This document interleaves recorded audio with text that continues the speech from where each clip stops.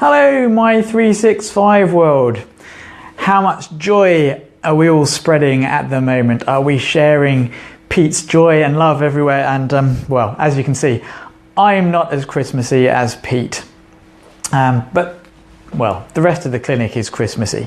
So that's what matters here at the moment. Let's pass out some invitations here for the peeps.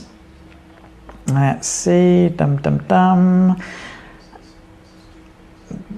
bear with me. Gosh, one day there'll be an instant button, won't there? Okay. All right, so week 3 of the 5 R's of, well, cellular regeneration. And week 3, what we're going to do is we are going to restore. No, that's good enough, isn't it? Restore energy.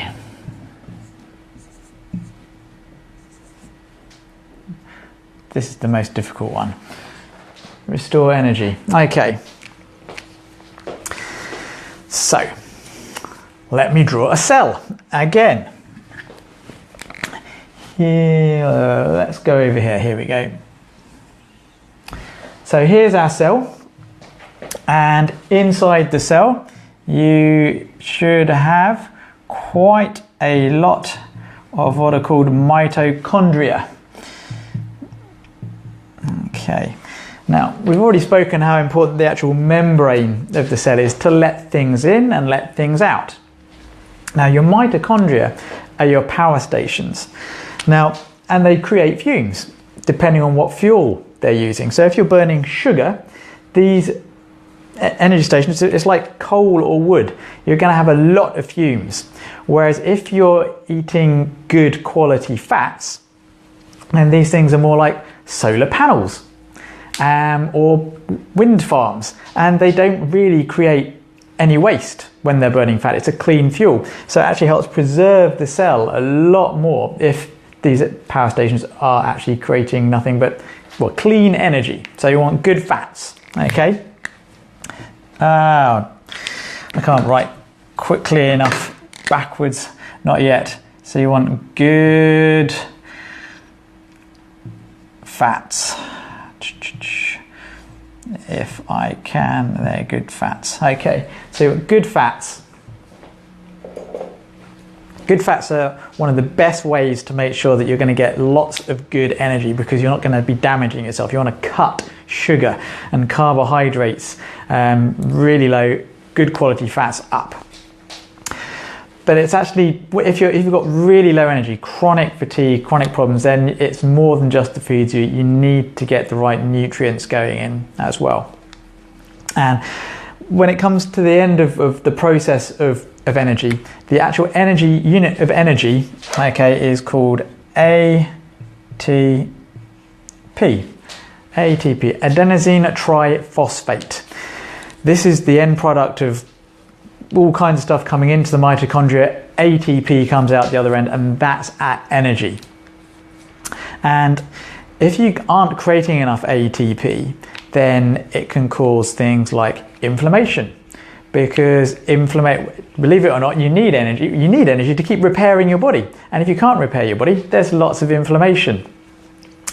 And you also become a lot more sensitive. You get a lot more allergies when your cells have got low energy. So things like multiple chemical sensitivity, for instance, is actually not because you've got lots of allergies and you don't know it. It's because your mitochondria are having a real tough time creating enough energy. So you just react to everything, because it's like, I mean, how are you first thing in the morning if you haven't had any sleep? You're irritable. Now just imagine if every single cell in your body isn't getting enough energy. It wakes up irritable. So no matter what comes in, it's sensitive to it. So you need to get the energy up. Another thing that causes another big problem that comes from low energy is actually acid reflux. A lot of acid reflux is not actually because of too much hydrochloric acid. Hydrochloric acid is the most, what's the word? It's the chemical that needs the most energy to be produced in your body. And so if you have low energy, your body doesn't make very much hydrochloric acid, and it makes more phosphoric acid, which is actually made nearer the top of the stomach. And also, the sphincter at the top of the stomach only closes when it senses enough acid. If you haven't got enough energy to create enough acid, that sphincter doesn't close, and so what little acid you make keeps on refluxing.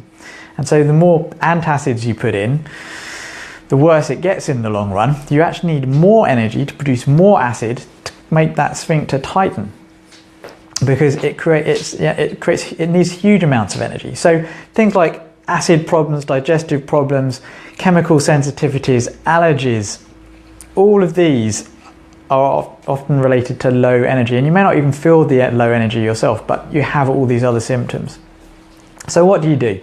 Well, you've got to get the right things in there, and something that a lot of people have found helps them, again, this is basic, but I'm trying to give quality information here, is something called coenzyme Q10, which is often just shortened to CoQ10. So CoQ10.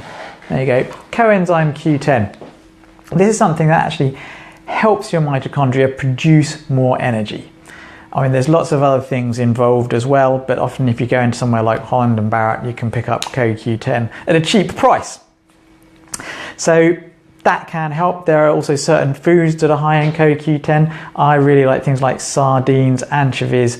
Sardines, anchovies, pilchards, they're actually naturally high in CoQ10, and lots of other things like good fats and also good minerals, things like that. But if you've got low energy, you probably need, tons of CoQ10 to get things going again. And there's more to it than that as well.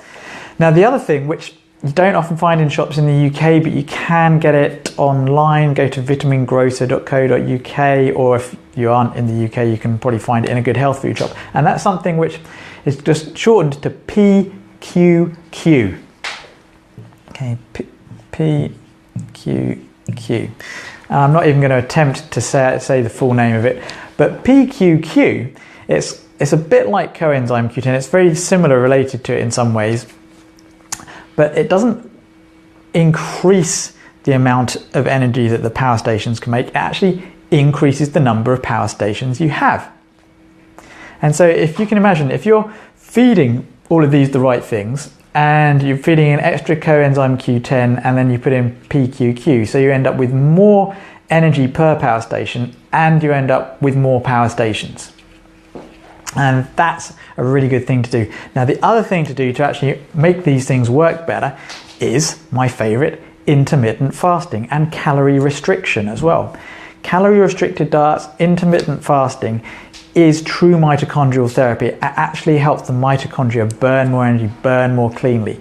It actually makes your heart more hydraulically efficient, so you can pump things more easily, so you'd actually need less energy to get your body going again. So restoring cellular energy, I mean, it's a vast subject, but these are the basics, and it's very, very important that each cell in your body has enough energy to do all the jobs it needs to do, like clean you, look after you, and make you happy, so you can go and have the energy to spread the joy, okay? So spread the joy everywhere. As for those of you that missed Pete's thing this morning, you won't know what that means, but hopefully you've watched it. Spread the joy dust everywhere, okay? All right, everyone. Live long and prosper, and I will probably be seeing you. I'll probably do something next week at some point, though I don't know exactly where I'm going to be or when it's going to happen, so it might be a break until the new year. Who knows? I'm a bit more spontaneous and less structured sometimes than Pete, and sometimes I'm more structured than Pete. So if I don't see you before Christmas, have a wonderful, fantastic, amazing Christmas, or whatever holiday celebration or whatever it is you get up to, because I know not everyone here is going to be a Christmas lover. Okay, be well and see you soon.